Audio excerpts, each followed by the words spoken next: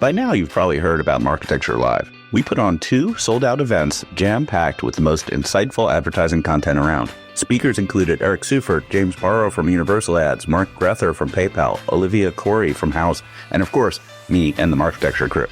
Well, this spring, we're coming back bigger and better with a 2-day that's shaping up to be a must-attend event. March 10th and 11th in New York, we're putting on the new tentpole event in collaboration with Adweek and TV Red, and you absolutely need to be there. Early bird tickets are 25% off, and qualified brands and agencies can be comped. Go to marketecturelive.com right now. That's marketecturelive.com to get the early bird discount.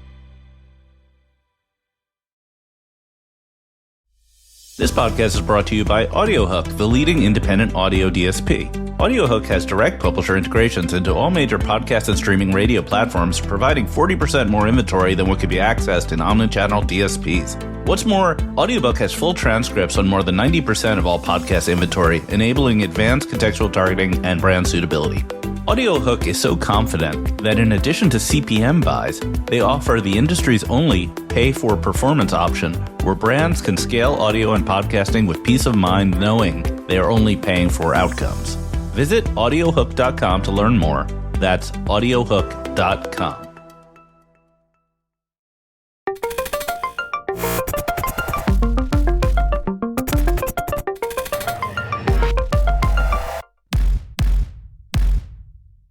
So people ask me how I get such great speakers at the events, and what I do is I just invite them to the podcast, and if they're good, then we bring them on stage, right? A lot of fun if you haven't done it yet. Jenny, you were probably one of our more popular episodes. We mixed it up about TV and CTV and all that sort of stuff. But I want to kind of bring the attention to, outcomes and how it relates to this. So what's your day-to-day job, and how does it relate to CTV and measurement?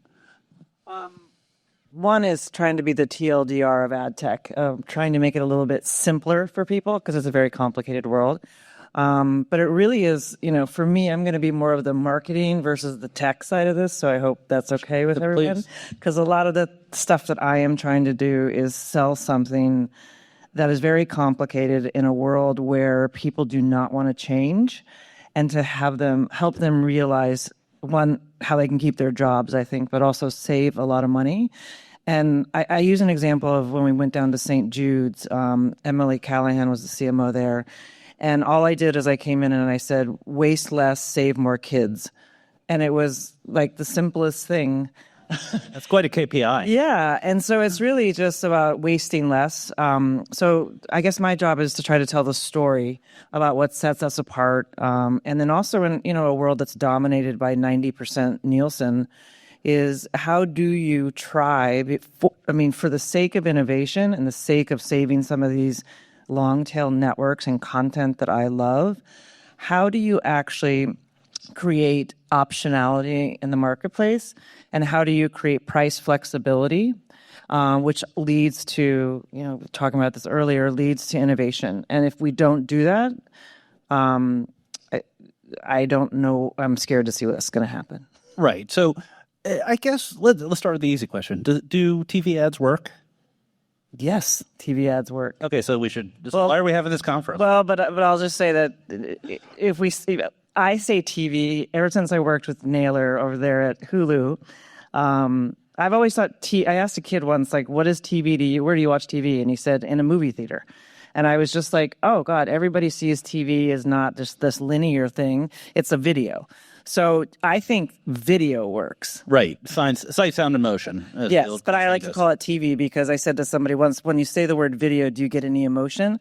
And I said, but when you say the word TV, you're immediately like Arrested Development and Sopranos and Handmaid's Tale. It's just that it's tying it to something. That's why CTV does work. Right. So what does works mean to the advertiser? I think it's outcomes, like you're talking about. It all goes to sales or whatever your KPI is. And so I think this is a great theme here, is how do you tie cross-channel measurement to actually a sale or whatever that KPI is. And I think it's really important for marketers these days because, everything's fragmented between linear television, digital, CTV, streaming, or throw CTV in there. got fast channels, you got AVOD. And if you can't tie all that together to figure out, did something at the top of the funnel actually create enough demand to collect that demand into an outcome? I think that we have to be held accountable for that as marketers. And so we need the tools to do that, to tie it cross-platform. And especially with these walled gardens, like trying to get in with Meta and YouTube, Snap, etc. So, are advertisers or agencies thinking about this in terms, are they coming from the perspective of the old digital way of what's called conversions, or are they coming at it from the opposite extreme, I think, which would be audience-based currencies? Well, I think both, actually. I mean, I think audience-based currencies is the future. I still don't know why people, unless you're P&G and maybe Mondelez, who says, I'm going after everyone that has a mouth. Why? I think that's Hershey's motto. No, that's what John told me, is everyone that has a mouth. Everyone has a mouth. So he stole it, maybe. I don't know why people are still buying demos unless you're buying football. So I think audience, I don't know if this is your question, but I think audience segmentation is probably it has to be the future. You should be buying on advanced audiences, whether that's through DDL or digital. You can buy also from a linear perspective, but you could buy on advanced audiences. With Pepsi, we actually decrease the CPM, increase reach, and increase sales by 20%.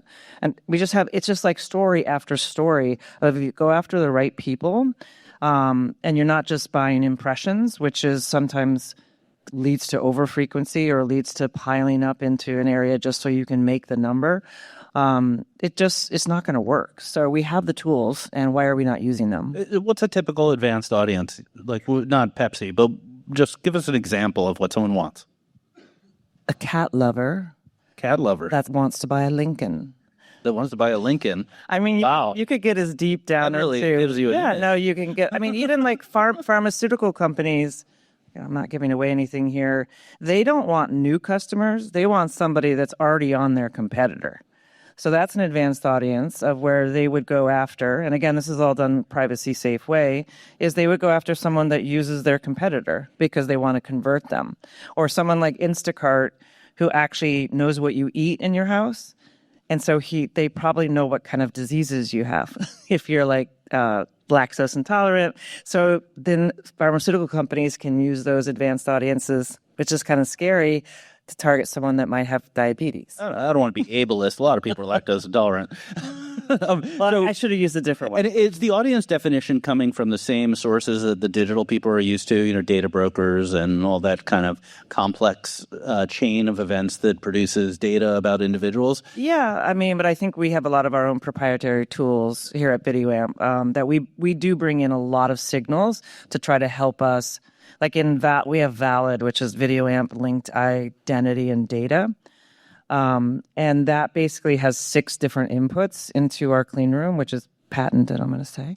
But it brings 6 different points in. So we have a much better understanding that if 4 of those signals tell us this person is more likely to do X, Y, and Z, it's probably better than just using Experian. And I guess we kind of blurred the line, that conversation about advanced signals between targeting and measurement. But in this world where there isn't necessarily a call to action that's measurable, is that the mindset where if I reach the audience I wanted to reach, that's an outcome?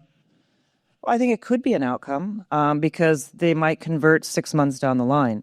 So I think you could call those people hopefully intent, that you can actually then mine, I don't know how to use that word, but mine them as an advanced audience that is probably further down the funnel that could come to an outcome. So I think it absolutely could be.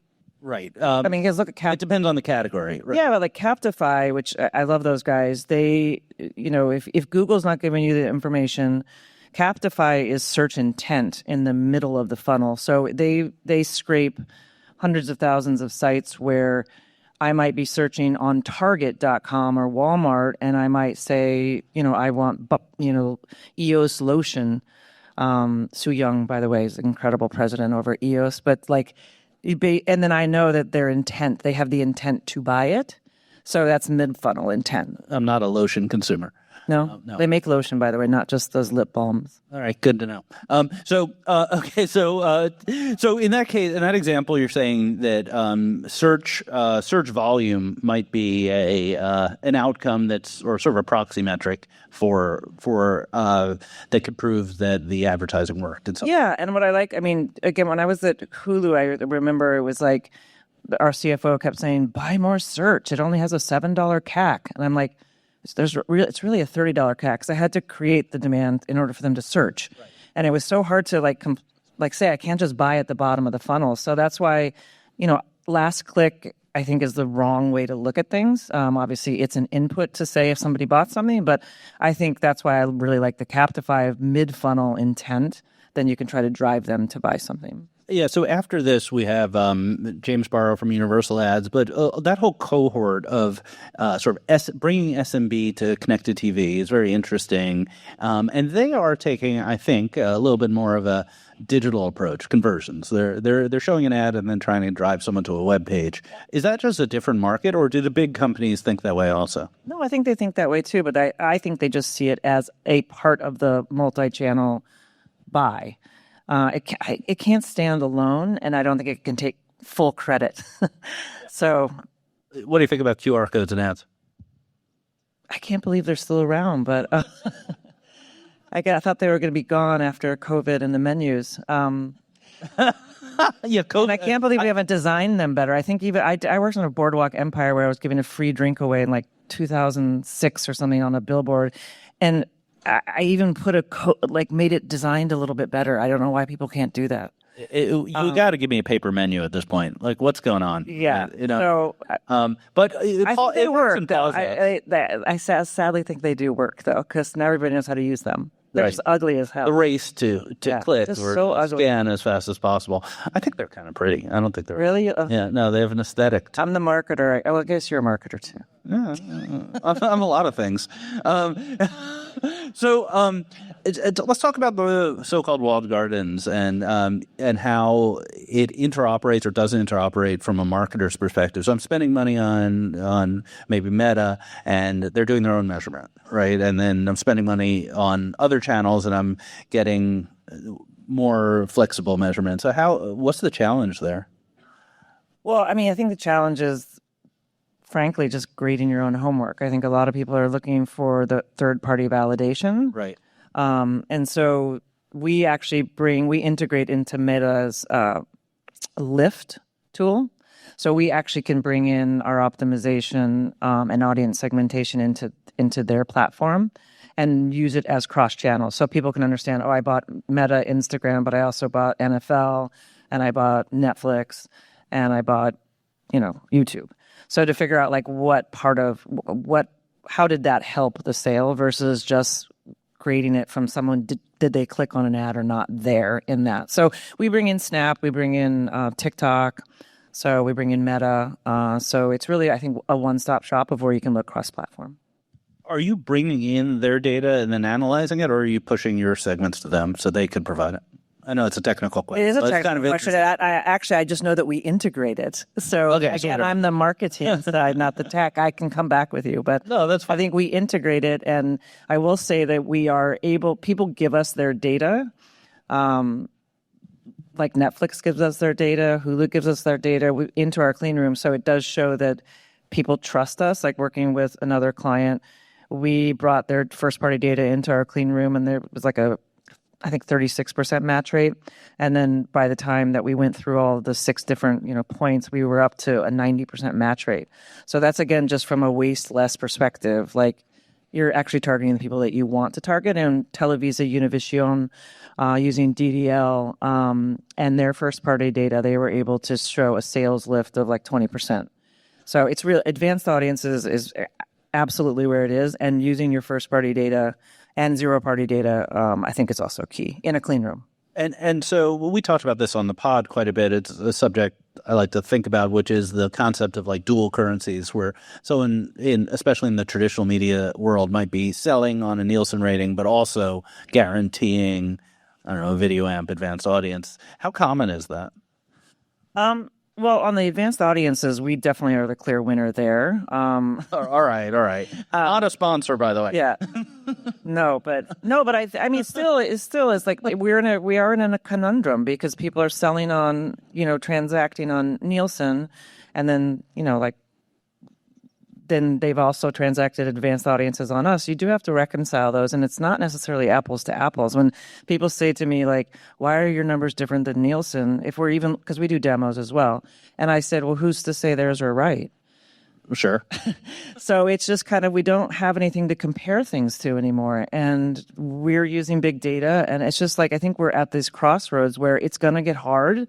And you are going to probably have to transact on multiple currencies, but that's a good thing for this industry because it may be more work, but in the long run, you'll be able to actually understand those tools. We're not going to be stuck with just one person. You'll have price flexibility, and then we'll continue to innovate. If not, we're going to, I feel like, be stuck in this for years.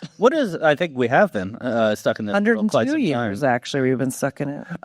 So what is like the actual IO say when you buy media from a broadcaster or what used to be broadcasters and you're using two currencies? Does it say that I'm going to pay on one and guarantee the other, or is there a clawback if I don't hit the audience? How does that work?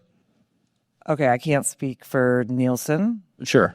I can say I don't think there's any penalty from what I've been told of not hitting the correct audience, whereas we are more of a pay to use, like pay as you go. So if it doesn't work, we're very transparent about that, and we'll figure that out. But we're very open about it. We're not, and you pay as you scale. You don't pay a flat fee.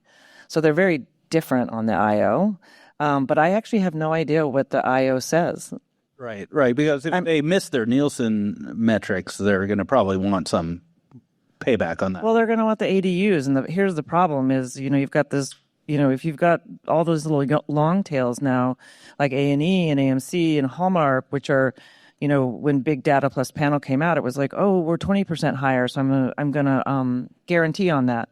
And then it's like, oh, I'm sorry, you're 9% lower. It's like, wait a minute, now I can't fill those ADUs now because I guaranteed. And that's what I'm most nervous about is if we don't get stability in this marketplace, we're going to be stuck with Warner Brothers, Paramount, which I love all of them, and I've worked at most of them, and Netflix, which is great. But all these little long tail networks are going to go away because they can't afford to do that. What exactly could they not afford to do? They can't afford to sell on demos and not have the data infrastructure. Is that your? No, what's happening is they're guaranteeing on let's say a 20% higher rating, and then it comes in at 9% lower, and then you've got to fill all those spots because you have to pay them back, the advertisers, and then you don't have enough spots to fill.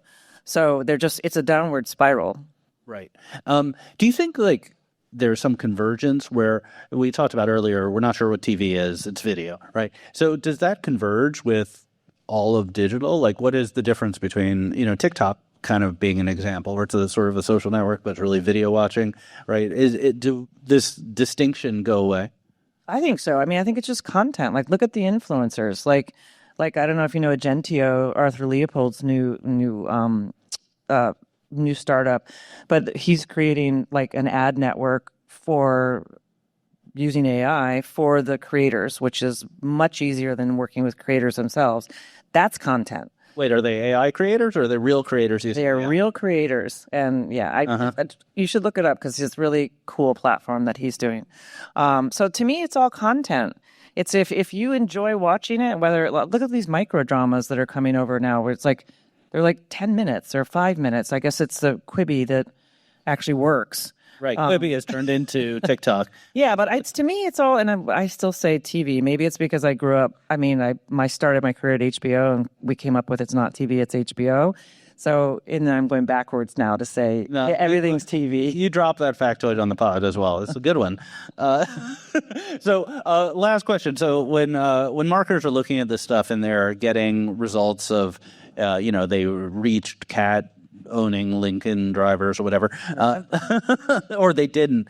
What's the feedback loop? How fast can they change their media, change their creative based on some of this data? So I don't want to put an exact time frame. I'd like to say real-time optimization. Sometimes it's a week, Right. or 2 weeks, but it's pretty real-time compared to like an MMM where you're always looking backwards, and it's also it's seasonal, etc. So it's really hard to indicate what you should be doing. So I would say that we are real-time, always on. You can have the data faster. It's just we need to verify and make sure that it's correct. But I would say a week to 2 weeks, you can optimize within your plan. Right. That's fast for TV. Yeah. Right. All right, everyone, give Jenny a big hand. This is a great conversation. Thank you.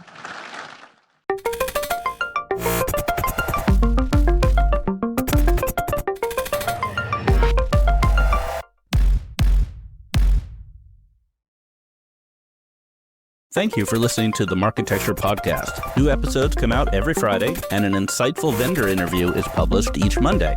You can subscribe to our library of hundreds of executive interviews at marketecture.tv. You can also sign up for free for our weekly newsletter with my original strategic insights on the week's news at news.marketecture.tv. And if you're feeling social, we operate a vibrant Slack community that you can apply to join at adtechgod.com.